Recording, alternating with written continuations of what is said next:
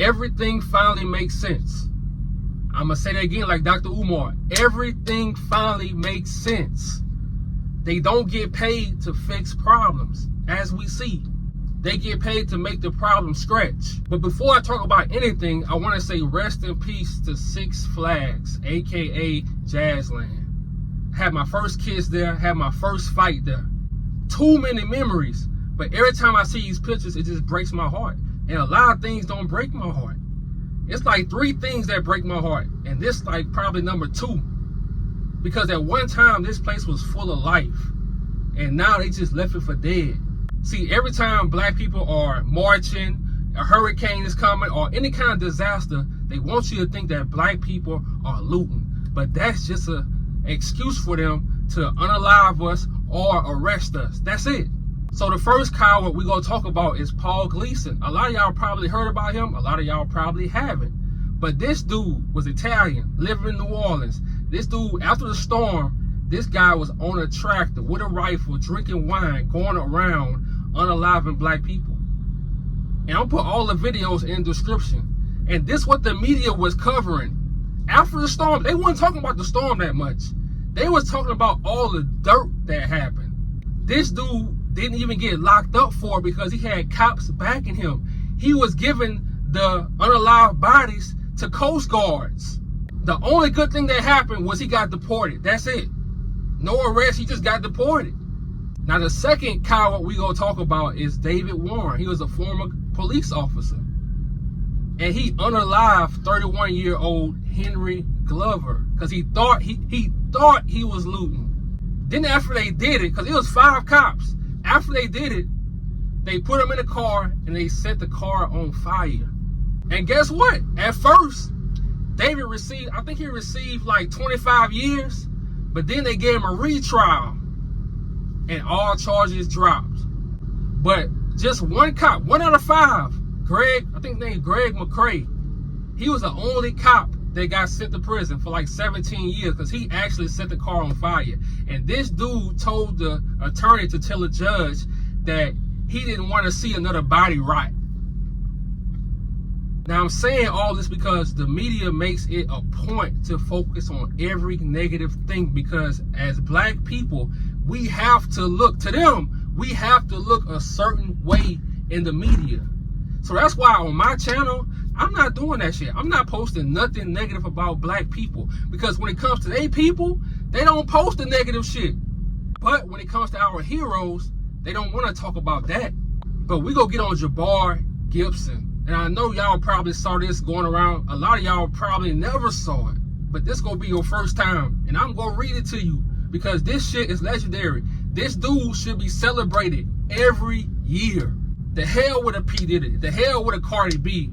The hell with them. This dude should be celebrated every year. Jabbar Gibson is a New Orleans resident who gained notoriety after Hurricane Katrina destroyed much of the city's infrastructure when he stole an abandoned New Orleans school bus from the flooded area and drove victims to Houston, Texas. He was 20 years old at the time. Gibson reportedly took approximately 70 passengers on a 13-hour drive to Houston, stopping for fuel 3 times, and he said we passed a hat around until we had enough money. He said they passed a hat around till they had enough money to get gas. On January 9th, 2006, he was arrested. You know, they probably planted some stuff on him. I'm telling you, bro, when it's a black person, they do not want you to be a hero. They do not want you to be the good guy. To them, in the media, you cannot be the good guy. CNN will never post this. They'll never post him on TV. And of course, the cops will plant something on you. That's what they do. They can say anything. They can say you had a rifle on you. They can say you had drugs on you. They can do anything, especially when you have nobody got your back. This dude should have been all over. Then I heard he lost a book deal because of this. And I know, I'm telling you, I know they probably planted something on him because I know New Orleans PD. I know them. They dirty. No, they below dirty. So when it comes to our heroes in our community, we have to start uplifting them, especially when they're looking out for our people in crazy times. Because a lot of people get selfish when times get hard. So when it comes to our people that really take to the next level, we really have to take care of them and keep mentioning them, keep their name alive. So we're going to talk about the aftermath of the hurricane in North Carolina. So you telling me that the Army, the Navy, whatever, that they can't get that big ass plane that they have and bring people supplies? It's 2024. You got people getting water, dirty water, contaminated water.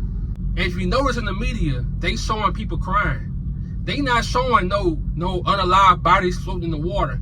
And I want y'all to go on YouTube, because there's people in North Carolina doing it, got their own YouTube channel, and they documenting everything. It's actually unalive bodies floating in the water, but they're not gonna show you that. They're not gonna show you an unalive white body in the water. They cannot show you that. They cannot be seen like that. But when they're in New Orleans, they gonna show you all the unalive bodies. They gonna get up close to them. Matter of fact, they gonna do the whole thing as a journalist, and they gonna win awards for it. This dude won awards for his journalism. And then it came back that everything he was talking about was a lie. He exaggerated. And see how ironic that the people in North Carolina, they finally seeing the government don't care about you either. Yeah, you white, but they don't care about you either. I heard that they gave them like $725, $750, something like that. They don't care. They gonna steal your land. They gonna steal everything you own. They gonna steal it. But that's what happens when you trust these people. They don't care about you. The same way they don't care about us, they don't care about you. They care about money, and they care about their bloodline. So to my black people, when y'all watching the news, take everything with a grain of salt, because they want you to be sitting there like, oh, I feel so bad for these. And I'm not saying I don't have a little sympathy, because, you know, like, as black people, we don't hate nobody. Even if we should hate you, it's like we still would try to help you. So, but they want you to look at the camera and they get all close, they eyes watering. They want you to feel so sorry. But when they was in New Orleans, it wasn't none of that. It wasn't none of that. And see, when we talk about our history, they say, oh man, that shit old. Stop talking about the past. But they can put their history in fucking school books. And we gotta learn about that bullshit, about those lies every year. From kindergarten all the way to 12th grade, even in college. We gotta learn about their history. So everybody else can talk about their history.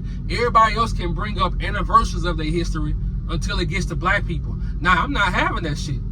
So with my channel, we're gonna talk about history, but we also gonna talk about solutions that we can do now. And now, when it comes to media, take it with a grain of salt, man. Because with these people in North Carolina, they gonna show the soft side. They not gonna show the real side. To get the real, you gotta go to people YouTube channels. They gonna tell you it's bodies floating. They gonna tell you it's more than 200 people that's unalived. They gonna tell you it's way more. So when it comes to this media, man, don't stress over the news. My grandpa told me something that I'll never forget.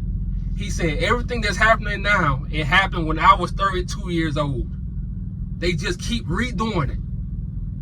So he told me, never live in fear. Because everything is just recycled. They tell you it's the end of the world. It's not the end of the world. This gonna happen again 40 years from now. And the government's so cold. They so cold and gangster. They want the people to donate. They want the people to donate.